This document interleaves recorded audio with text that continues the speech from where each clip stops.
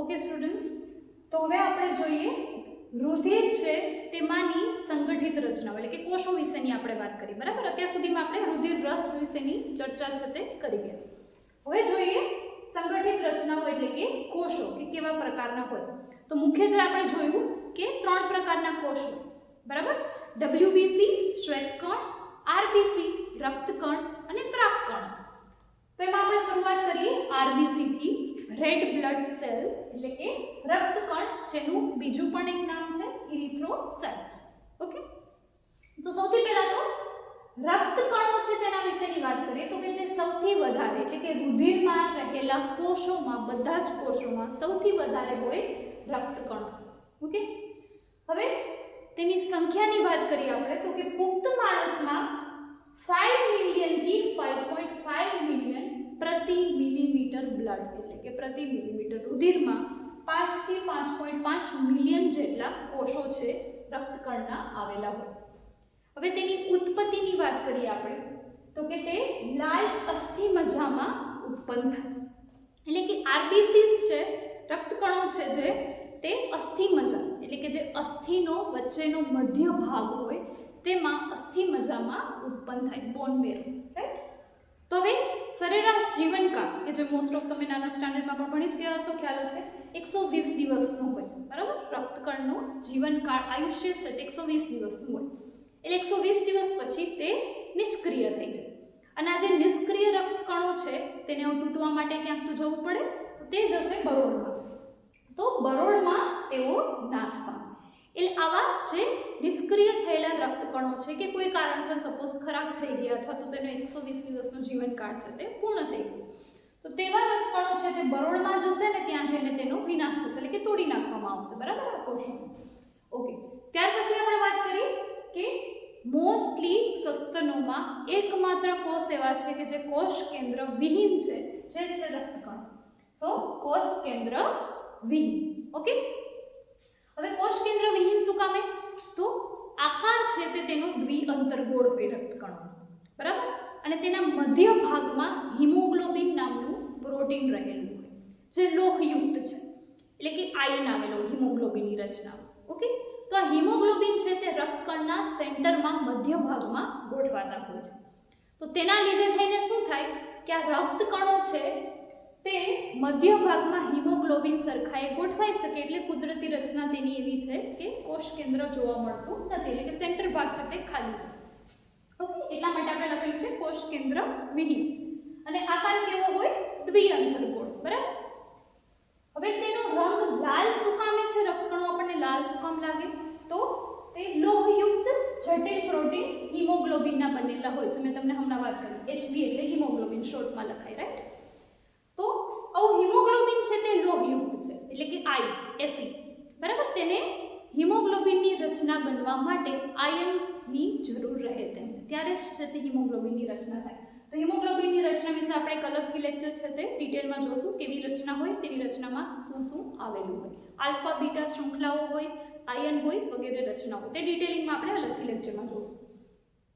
હવે સ્વસ્થ વ્યક્તિમાં આપણે જો હિમોગ્લોબિનની વાત કરીએ તો 100 ml રુધિરમાં 12 to 16 ગ્રામ જેટલું હિમોગ્લોબિન છે તે હોય નોર્મલી સ્વસ્થ પુખ્ત વ્યક્તિમાં. ક્લિયર? તો આ વાત છે આપણે હિમોગ્લોબિનની કે જે રક્તકણોમાં આવેલું હોય. અને હિમોગ્લોબિનનું મુખ્યત્વે કાર્ય શું? એકચ્યુઅલમાં રક્તકણોનું કાર્ય નથી કોઈ તેમનું પોતાનું, તેમાં રહેલ હિમોગ્લોબિન છે તે ભાગ ભજવે છે.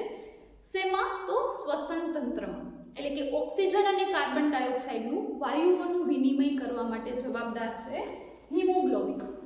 એટલા માટે જ હિમોગ્લોબિનનું પ્રમાણ છે તે રુધિરમાં ખૂબ જ ઇમ્પોર્ટન્ટ છે, કેમ કે આ કોષો છે હિમોગ્લોબિન રક્તકણ કોષ છે જે તે તેની સાથે હિમોગ્લોબિન જોડાયેલ હોય છે. ક્લિયર? તો અહીં આપણે આ ઇરિથ્રોસાઇટ્સ એટલે રક્તકણની ચર્ચા પૂરી કરી.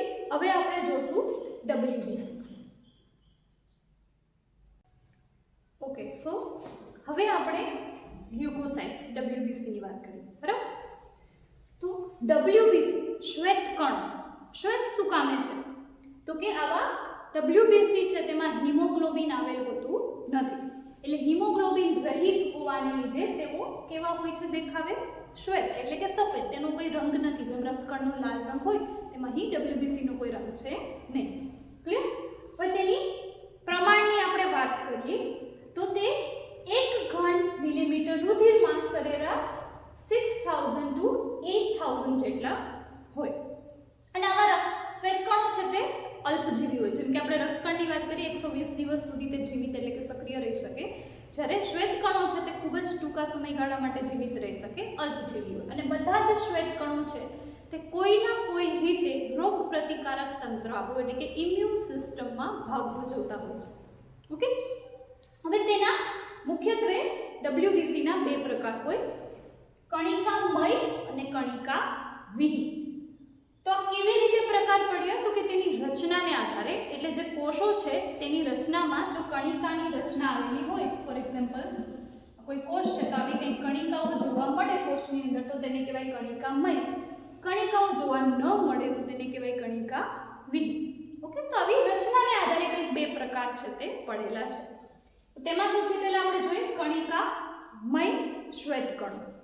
તો તેમાં મુખ્યત્વે 3 કણોનો સમાવેશ થાય: ઇઓસિનોફિલ્સ, બેઝોફિલ્સ અને તટસ્થ કણો. ઓકે, તો આમાં સૌથી પહેલા ઇઓસિનોફિલ્સ આપણે જોઈએ તો તેનું પ્રમાણ છે તે શ્વેતકણોમાં કેટલું હોય? 2 to 3% છે. અને રુધિરમાં શ્વેતકણનું પ્રમાણ કેટલું છે? 45% જેટલું. રાઈટ? તો 55 and 45 નો રેશિયો છે રક્તકણ અને શ્વેતકણ. Okay, normally. નાવ હવે આપણે વાત કરીએ છીએ કણિકામય શ્વેતકણ. તો તેમાં સૌથી પહેલો પ્રકાર છે ઇઓસિનોફિલ્સ, જેનું પ્રમાણ હોય 2 to 3% છે. હવે 2 થી 3% જેટલા ઇઓસિનોફિલ્સ છે તે કાર્ય શું કરે? તો કે તે ચેપથી બચવા અને એલર્જીક પ્રક્રિયામાં ભાગ ભજવશે. ઇઓસિનોફિલ્સનું આ કાર્ય છે. ઓકે, જેમ કે મેં તમને કીધું ચેપથી બચવાનું, બધા જ શ્વેતકણો છે તે અલ્ટિમેટલી કોઈના કોઈ રીતે રોગ પ્રતિકારક તંત્રમાં તો ભાગ ભજવે જ છે. રાઈટ? એટલે એ તો કાર્ય બધાનું કોમન છે જ. એ સિવાય ઇઓસિનોફિલ્સ છે તે એલર્જીક પ્રક્રિયામાં ભાગ ભજવે છે. રેશિયોઝ યાદ રાખવાના છે તમારા MCQ માટે, તો 2 to 3% જેટલા. બેઝોફિલ્સ છે તે શ્વેતકણોમાં સૌથી ઓછા પ્રમાણમાં કોઈ કોષ હોય તો તે છે બેઝોફિલ્સ, જે હોય 0.5 થી 1% જેટલા છે. ઓકે, તેનું કાર્ય શું? તો કે તે સોજાની પ્રક્રિયામાં ભાગ ભજવે, જેમાં તે હિસ્ટેમાઇન, હિપેરિન વગેરે જેવા દ્રવ્યોનો સ્ત્રાવ કરે. એટલે ઘણી વખત તમે લોકોએ જોયું હોય, અનુભવ્યું પણ હશે જાતે, કે ઘણી વખત આપણને કંઈ વાગી જાય એટલે સોજો આવી જાય. રાઈટ? તો આ સોજો આવવાનું કારણ શું છે? તો કે આવા દ્રવ્યોનો સ્ત્રાવ, હિસ્ટેમાઇન, હિપેરિન જેવા દ્રવ્યોનો સ્ત્રાવ થાય. અને આ સ્ત્રાવ કોણ કરે? બેઝોફિલ્સ છે શ્વેતકણના કણિકામય કોષ તે કરે. શું કામે તે આવું કરે? એટલે કે બાકીના જે કોષો છે કે જે રોગ પ્રતિકારક તંત્રમાં ભાગ ભજવે છે એ તે રુધિરના વહન સમયે તે જગ્યાએ પહોંચે ત્યારે તેમને ખ્યાલ આવે કે અહીં કંઈક ઇન્ફેક્શન છે તે લાગેલું છે અથવા તો કટ થયેલો છે જેને પૂરવાનું છે. એટલા માટે ત્યાં શું થઈ જાય? તો કે સોજો આવી જાય જ્યારે કંઈ પણ આપણને વાગે ત્યારે.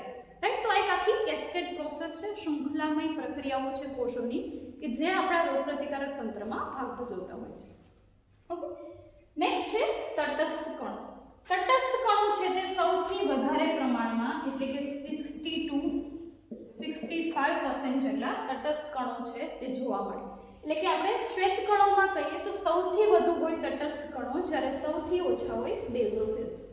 ઓકે, તો તટસ્થ કણોનું કાર્ય છે રોગ પ્રતિકારક તંત્રમાં. તે ભક્ષક કોષો તરીકે કાર્ય કરશે. ભક્ષક એટલે શું? તો કે કોઈ બહારથી બેક્ટેરિયા કે વાયરસીસ આવે છે આપણા બ્લડમાં તો તેને ભક્ષણ કરી લેશે, એટલે કે પકડીને મારી નાખશે. રાઈટ? તે ભક્ષક કોષો તરીકે કાર્ય કરશે. ક્લિયર? ઇઓસિનોફિલ્સ છે તે ચેપ અને એલર્જીક પ્રક્રિયામાં ભાગ ભજવે.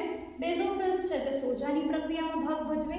જ્યારે તટસ્થ કણો છે તે ભક્ષક કોષો સૌથી વધારે પ્રમાણમાં છે એટલે છે કે આપણને બેક્ટેરિયા અને વાયરસથી બચાવે, તે તેને મારી નાખશે. ક્લિયર? આ 3 કોષોની વાત થઈ કણિકામાં. નેક્સ્ટ છે કણિકાવિહીન કોષો. તો તેમાં મુખ્યત્વે 2 કોષોનો સમાવેશ થાય. સૌથી પહેલા છે લિમ્ફોસાઇટ્સ, જેને લસિકા કણો પણ કહેવાય, અને સેકન્ડ છે મોનોસાઇટ્સ એટલે કે એક કેન્દ્રીય કણો. તે પણ ભક્ષક કોષો છે તટસ્થ કણોની જેમ, બરાબર. આ મોનોસાઇટ્સ અને તટસ્થ કણો બંને ભક્ષક કોષો છે કે જે બહારથી આવતા બેક્ટેરિયા, વાયરસ એટલે કે ઇન્ફેક્શન જો લાગેલું હોય તેવા કોષોનો નાશ કરે છે. લિમ્ફોસાઇટના પ્રમાણની આપણે વાત કરીએ તો તે છે 20 to 25%. ઓકે, ટોટલ WBC માં 20 થી 25% જેટલા લસિકા કણો હોય અને 6 to 8% જેટલા મોનોસાઇટ્સ હોય, એટલે કે એક કેન્દ્રી કણ, એક જ કણનું એક જ કોષ કેન્દ્ર છે તે આવેલું હોય. તો તેના આધારે પણ ઘણા બધા પ્રકાર છે. ક્લિયર? તો આ વાત થઈ કણિકા વિહીન કોષોની, જેમાં બે લિમ્ફોસાઇટ્સ અને મોનોસાઇટ્સ. હવે લિમ્ફોસાઇટ્સ એટલે કે લસિકા કણો છે તે બે પ્રકારના હોય, બી એન્ડ ટી. બી લસિકા કણો અને ટી લસિકા કણો. તો આ બંને છે રોગ પ્રતિકારક તંત્રમાં ભાગ ભજવે, કોષોના દ્વિગુણનમાં એટલે કે કોષોનો વધારો કરવો, તેમજ મેમરી સેલ્સ એટલે કે જે યાદ રાખતા કોષો છે તેનું નિર્માણ કરે. તેના વિશે આપણે ડિટેલિંગમાં રોગ પ્રતિકારક તંત્ર વિશે વધારામાં ચર્ચા કરીશું, ત્યારે જોશું. અત્યારે આપણે રુધિર વિશે વાત કરીએ છીએ, તો તેમાં રહેલ કોષો વિશેની ચર્ચા કરી રહ્યા છીએ. ઓકે, તો બી અને ટી કોષો છે તે મુખ્યત્વે રોગ પ્રતિકારક તંત્રમાં ખાસ કરીને ભાગ ભજવતા હોય છે. તેને કહેવાય કણિકા વિહીન. બે પ્રકાર, લિમ્ફોસાઇટ્સ એટલે કે લસિકા કણો અથવા મોનોસાઇટ્સ એટલે કે એક કેન્દ્રી કણો. ઓકે, લસિકા કણોના બે પ્રકાર હોય, બી લસિકા કણો એન્ડ ટી લસિકા કણો, જેનું પ્રમાણ છે 20 થી 25%. જ્યારે મોનોસાઇટ્સ છે તે ભક્ષક કોષો તરીકે કાર્ય કરશે, એટલે કે રોગ પ્રતિકારક તંત્રમાં કાર્ય કરશે અને તેનું પ્રમાણ છે 6 to 8%. તો અહીં આપણે WBC છે તે પૂરા કરીએ છીએ. ઓકે,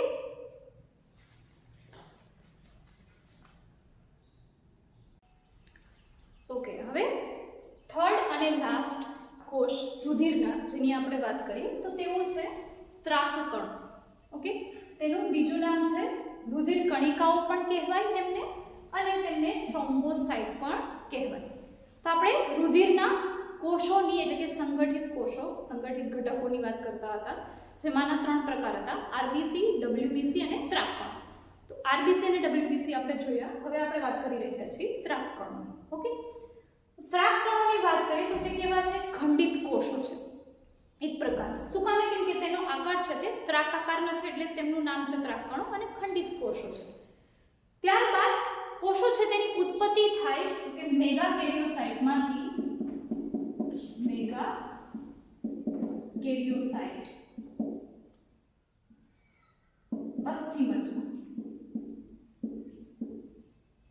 અસ્થિમજ્જામાંથી. ઓકે, તો મેગાકેરિયોસાઇટ્સ અસ્થિમજ્જામાંથી તે ઉત્પન્ન થાય છે. હવે આ સિવાય ત્રાકકણોની બીજી શું વિશેષતા છે તો કે તેના પ્રમાણની આપણે વાત કરીએ તો પ્રમાણ કેટલું હોય? તો 1,50,000 થી 3,50,000 પ્રતિ ઘન મિલીમીટર રુધિરમાં તેનું પ્રમાણ છે તે 1,50,000 થી 3,50,000 જેટલું જોવા મળે. ઓકે, અને તે કાર્ય શું તેમનું? તો કાર્ય છે રુધિર જામી જવું કે ગંઠાઈ જવાની ક્રિયામાં ભાગ ભજવશે. એટલે કે જો આવા ત્રાકકણોની ખામી સર્જાય તો જે પણ રુધિર છે તેનું એકવાર વ્યય ચાલુ થાય તો તે પછી સ્ટોપ થવાનું નામ લે નહીં. તો આવા ઘણા બધા રોગ પણ છે કે જેમાં ત્રાકકણોની માત્રા છે જો ઘટી જાય રુધિરમાં, એટલે કે એનું પ્રમાણ છે તે ઘટી જાય, તો શું થશે? તો કે જ્યારે પણ કોઈ પણ કટ લાગે આપણને હાથમાં, બરાબર, ફોર એક્ઝામ્પલ હાથમાં કોઈ કટ લાગેલો છે, બરાબર, તો થોડા સમયમાં શું થાય? બ્લડ થોડું લોસ થઈ અને જામી જાય. પરંતુ તેવા વ્યક્તિઓ કે જેમાં ત્રાકકણનું પ્રમાણ ઓછું છે તેમાં શું જોવા મળશે? તો કે તેમને આ બ્લડ લોસ છે તે કન્ટિન્યુઅસ ચાલુ રહેશે, કેમ કે રુધિર ગંઠાઈ જવા માટે જરૂરી ત્રાકકણો છે તે તો છે, પ્રમાણ ઓછું છે. ક્લિયર? તો ત્રાકકણો છે તે ખૂબ જ અગત્યનો ભાગ ભજવે રુધિર ગંઠાઈ જવાની એટલે કે જામી જવાની ક્રિયામાં. રાઈટ? પ્રમાણ છે તે ખાસ યાદ રાખવાનું છે MCQ માટે. તો આ વાત કરી આપણે ત્રાકકણોની, જેમાં અસ્થિમજ્જાના મેગાકેરિયોસાઇટ્સ કોષનો પ્રકાર છે તેમાં તે ઉત્પન્ન થતા હોય છે. ઓકે, તો અહીં આપણે WBC, RBC અને ત્રાકકણો પૂરા કરીએ.